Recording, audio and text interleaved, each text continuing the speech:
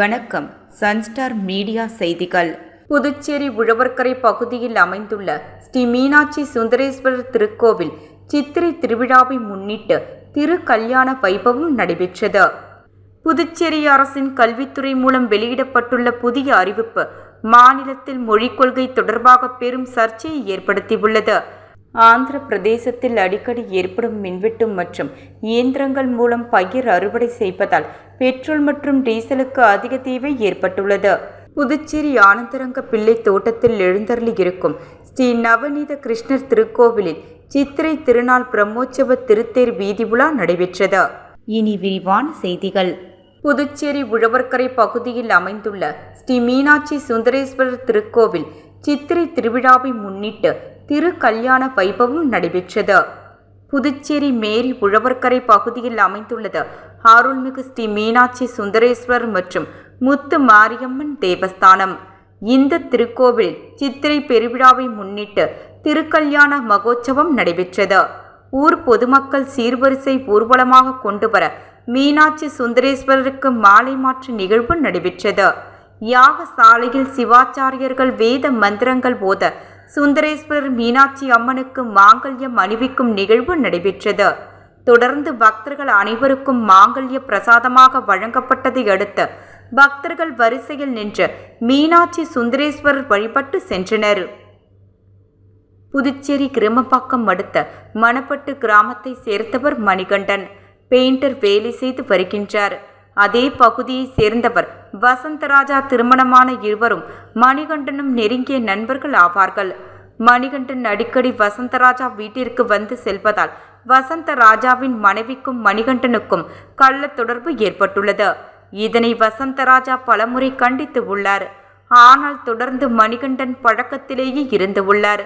இந்த நிலையில் கடந்த சில தினங்களுக்கு முன்பு வசந்தராஜா மணிகண்டனின் இருசக்கர வாகனத்தை 10,000 ரூபாய்க்கு அடமானம் வைத்து மது அருந்தியதாகவும் கூறப்படுகின்றது. மேலும் நாட்கள் கடந்ததால் வாகனத்தை மீட்டு தருமாறு மணிகண்டன் கேட்டுள்ளார். இதனால் இருவருக்கும் இடையே கருத்து வேறுபாடு ஏற்பட்டு முன்விரோதமானது. இந்த நிலையில் தொடர்ந்து மணிகண்டன் இருசக்கர வாகனத்தை கேட்டு தொந்தரவு செய்ததால் அவரை கொலை செய்ய முடிவு செய்ய வசந்தராஜா இன்று காலை மணப்பட்டு கிராமத்தில் உள்ள டீ கடையில் கடப்பாறையுடன் காத்திருந்தார். அப்போது டீ அருந்திருந்த மணிகண்டனை வசந்தராஜா சரமாரியாக கடப்பாறையால் தாக்கினார். இந்த தாக்குதலில் இரத்த வெள்ளத்தில் மிதந்த மணிகண்டனை மீட்டு அருகில் உள்ளவர்கள் மருத்துவமனைக்கு கொண்டு சென்றனர். ஆனால் மணிகண்டன் வரும் வழியில் இறந்து விட்டதாக மருத்துவர்கள் தெரிவித்தனர். இதுகுறித்து தகவலறிந்து சம்பவ இடத்திற்கு வந்த கிருமம்பாக்கம் போலீசார் தடயங்களை சேகரித்து வழக்கு பதிவு செய்ததுடன் மணப்பட்டு கிராமத்தில் பதுங்கியிருந்த வசந்தராஜாவையும் கைது செய்து விசாரணை செய்து வருகின்றனர். இந்த சம்பவம் அந்த பகுதியில் பெரும் பரபரப்பை ஏற்படுத்தியுள்ளது. புதுச்சேரி அரசின் கல்வித்துறை மூலம் வெளியிடப்பட்டுள்ள புதிய அறிவிப்பு மாநிலத்தில் மொழிக் கொள்கை தொடர்பாக பெரும் சர்ச்சையை ஏற்படுத்தியுள்ளது. அந்த அறிவிப்பில் 5 மற்றும் 6ஆம் வகுப்புகளில் இருந்து 3வது மொழியை கட்டாயமாக்கப்பட்டுள்ளது என்று தெரிவிக்கப்பட்டுள்ளது. இதுகுறித்து விடுதலை சிறுத்தை கட்சி மாநில முதன்மை செயலாளர் அரிமா தமிழன் செய்தியாளர்களை சந்தித்து கருத்து தெரிவித்தார். அப்போது அவர் கூறுகையில், ஏற்கனவே 5ஆம் வகுப்பு வரை மாணவர்கள் விருப்பப்படி 2 மொழிகளை தேர்வு செய்து படித்து வரும் நிலையில் தற்போது 3வது மொழியை கட்டாயப்படுத்துவது தேவையற்ற சுமையை ஏற்படுத்துகின்றது. மாணவர்களுக்கு ஆங்கிலம் உள்ளிட்ட 2 மொழிகளே போதுமானது. கூடுதல் மொழி கட்டாயம் கல்வி சுமையை அதிகரிக்கும் என்றார். மேலும் தேர்தல் நடைமுறைகள் அமலில் இருக்கும் நேரத்தில் இத்தகைய அறிவிப்பு வெளியிடப்பட்டிருப்பது மக்களிடையே அதிருப்தியை உருவாக்கி உள்ளதாகவும் அவர் குறிப்பிட்டார். இதை கண்டித்து கடுமையான போராட்டங்கள் நடத்தப்படும் என்றும் எச்சரிக்கை விடுத்தார்.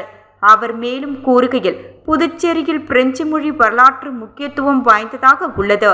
3வது மொழி என்றால் பிரெஞ்சை அறிவிக்க அரசு முன்வந்தால் அதை வரவேற்க தயாராக இருக்கின்றோம்.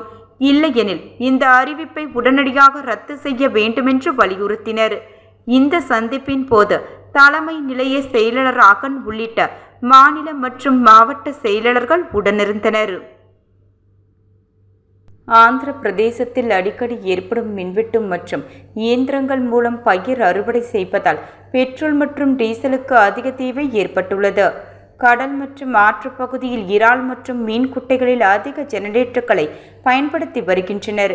இந்த சூழ்நிலை காரணமாக ஆந்திராவை ஒட்டியுள்ள ஏனம் பிராந்தியத்திற்கு பெட்ரோல் மற்றும் டீசல் தட்டுப்பாடு ஏற்பட்டுள்ளது. எனவே பெட்ரோல் நிலையங்களில் கூட்டம் அலைமோதுகின்றது. பெட்ரோல் நிலையங்களில் காவல்துறை முன்னிலையில் எரிபொருள் விநியோகம் நடத்த ஏனம் நிர்வாகம் நடவடிக்கை எடுத்துள்ளது. ஏனம் காவல் கண்காணிப்பாளர் வரதராஜன் மேற்பார்வையில் மக்களுக்கு தடையின்றி எரிபொருள் கிடைக்க ஏற்பாடு செய்யப்பட்டுள்ளது. எண்ணெய் நிறுவனங்களிடமிருந்து வரும் விநியோகத்தில் ஏற்பட்ட சிக்கல்கள் காரணமாக கடந்த சில நாட்களாக எரிபொருள் தட்டுப்பாடு நிலவி வருகின்றது. இதனால் செவ்வாய்க்கிழமை முதல் ஏனம் உள்ளூர் மக்களுக்கு பெட்ரோல் மற்றும் டீசல் ஆகியவை உள்ளூர் பெட்ரோல் நிலையங்களில் காலை 5 மணி முதல் காலை 8 மணி வரை மட்டுமே விற்பனை செய்யப்படுகிறது என அறிவிக்கப்பட்டுள்ளது. அண்டை மாநிலமான ஆந்திர பிரதேசத்தை விட ஏனமின் எரிபொருள் விலை ரூபாய் 12 முதல் 14 வரை குறைவாக உள்ளது. எனவே ஆந்திர பிரதேசத்தை சேர்ந்த ஆயிரக்கணக்கான மக்கள், குறிப்பாக விவசாயிகள், பிளாஸ்டிக் கேன் மற்றும் பேரல்களுடன் எரிபொருள் வாங்க ஏனமிற்கு திரண்டு வருகின்றனர். இது பற்றி ஏனம் முன்னாள் அமைச்சர் மல்லாடி கிருஷ்ணராவ் மற்றும் பல்வேறு சங்கங்கள் இப்பிரச்சனையை எழுப்பியதை தொடர்ந்து பிராந்திய நிர்வாக அதிகாரி சிவராஜ் மீனா பெட்ரோல் நிலைய உரிமையாளர்களுடன் ஆலோசனை நடத்தி காலை 5 மணி முதல் 8 மணி வரையிலான இந்த நேரத்தை ஏனம் மக்களுக்கு பிரத்யேகமாக ஒதுக்கீடு செய்து உத்தரவிட்டனர். புதுச்சேரி ஆனந்தரங்க பிள்ளை தோட்டத்தில் எழுந்தருளி இருக்கும் ஸ்ரீ நவநீத கிருஷ்ணர் திருக்கோவிலில் சித்திரை திருநாள் பிரம்மோற்சவ திருத்தேர் வீதி உலா நடைபெற்றது. புதுச்சேரி நெல்லித்தோப்பு தொகுதிக்கு உட்பட்ட ஆனந்த ரங்கப்பிள்ளை தோட்டம் சாந்தனி வீதியில் எழுந்தருளி இருக்கும் ஸ்ரீ நவநீத கிருஷ்ணன் திருக்கோவிலில் சித்திரை திருநாள் பிரம்மோற்சவ விழா கடந்த 19ஆம் தேதி முதல் தொடங்கி நடைபெற்று வருகின்றது. தொடர்ந்து ஒவ்வொரு நாளும் சூரிய பிரபை சோஷ வாகனம், கருட சேவை யான வாகனம், தங்க வாகனம், குதிரை வாகனம் என வீதி உலா நடைபெற்றது. விழாவின் முக்கிய நிகழ்ச்சியான திருத்தேர் வீதி உலா இன்று நடைபெற்றது. முக்கிய வீதிகள் வழியாக சென்ற இந்த திருத்தேர் வீதி உலா மீண்டும் ஆலயத்தை வந்தடைந்தது. தொடர்ந்து சுவாமிக்கு சிறப்பு பூஜைகள் செய்யப்பட்டு மகா தீபாரதனை காட்டப்பட்டது. இதில் முன்னாள் சட்டமன்ற உறுப்பினர் ஓம் சக்தி சேகர் உள்ளிட்ட திரளான பக்தர்கள் பலர் கலந்து கொண்டு சுவாமியை வழிபட்டனர். ஸ்ரீ நாகாத்தம்மன் ஆலயத்தில் அருள்மிகு ஸ்ரீ சுந்தரேஸ்வரர் மீனாட்சி திருக்கல்யாணம் மற்றும் ஸ்ரீதேவி பூதேவி வரதராஜ பெருமாள் திருக்கல்யாணம் சிறப்பாக நடைபெற்றது. புதுச்சேரி கோட்டுப்பாளையம் பகுதியில் அமைந்துள்ளது ஸ்ரீ நாகாத்தம்மன் திருக்கோவில். இத்திருக்கோவில் சித்திரை பெருவிழாவை முன்னிட்டு 23ஆம் ஆண்டு நிகழ்வாக ஸ்ரீ மீனாட்சி சுந்தரேஸ்வரர் திருக்கல்யாண வைபவமும் 10ஆம் ஆண்டு ஸ்ரீதேவி பூதேவி சமேத ஸ்ரீ வரதராஜ பெருமாள் திருக்கல்யாண வைபவமும் நடைபெற்றது.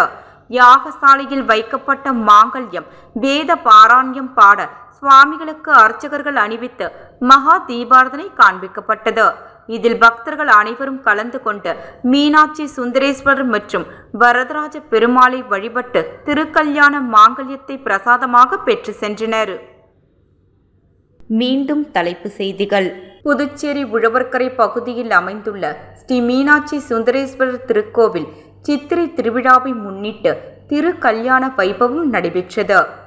புதுச்சேரி அரசின் கல்வித்துறை மூலம் வெளியிடப்பட்டுள்ள புதிய அறிவிப்பு மாநிலத்தில் மொழிக் கொள்கை தொடர்பாக பெரும் சர்ச்சையை ஏற்படுத்தியுள்ளது.